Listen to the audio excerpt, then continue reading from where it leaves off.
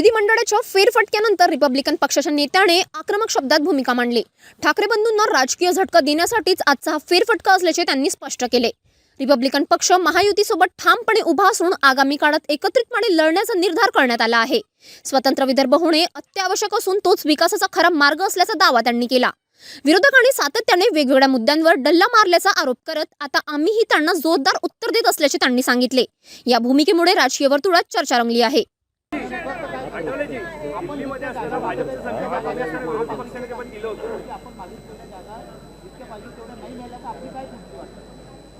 नाही, माझी भूमिका आहे की नाही जेवढ्या जागा मग मागितल्या तेवढ्या जागा कुठं मिळत नसतात।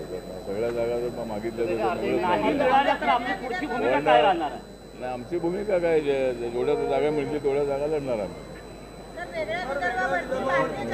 वेगळा निर्णय घेऊन त्या ठिकाणी आम्हाला शक्य आहे। भाजपचे नेते म्हणतात का वेगळा विदर्भ ही आमची एजंडा, आमचा एजंडा, आमची भूमिका आहे, तर अद्याप वेगळा विदर्भ का होत नाही? मग नाही, भाजपचं म्हणणं आहे, माननीय बावनकुळेजी यांनी सांगितलेलं आहे की स्वतंत्र विदर्भाची मागणी पहिली तर भाजपची आहे, पण भाजपच्या मागणीबरोबर ही रिपब्लिकन पक्षाची मागणी सगळ्यात अगोदर आहे।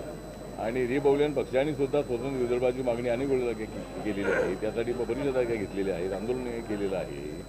त्यामुळे माझ्या पक्षाची भूमिका अशी आहे की स्वतंत्र विदर्भ जो आहे तो होणं अत्यंत आवश्यक आहे, कारण 1 मे 1960ला स्वतंत्र विदर्भ झाला आणि त्यावेळेला त्यांना जी आश्वासनं दिली होती तेवढी काँग्रेसच्या काळामध्ये वाढली नाही आणि विदर्भाला जो आर्थिक न्याय मिळाला पाहिजे तेवढा न्याय न मिळाल्यामुळं या ठिकाणी मागणी होते, पण या आंदोलनाची तीव्रता दिसत नाही आहे। ज्या पद्धतीने तेलंगणा आणि आंध्रामध्ये झालं, या आंध्रापासून तेलंगणा वेगळा करण्यासाठी चंद्रशेखर राव आणि अनेक लोकांनी मोठ्या प्रमाणात आंदोलन केलेलं होतं, तसं आंदोलन या विदर्भामध्ये दिसत नाही आहे। त्यामुळं विदर्भातल्या लोकांनीही जर विदर्भ त्यांना हवा असेल तर हे आंदोलन थोडंसं तीव्र होणं अत्यंत आवश्यक आहे, त्याशिवाय हा विषय सुटणार नाही।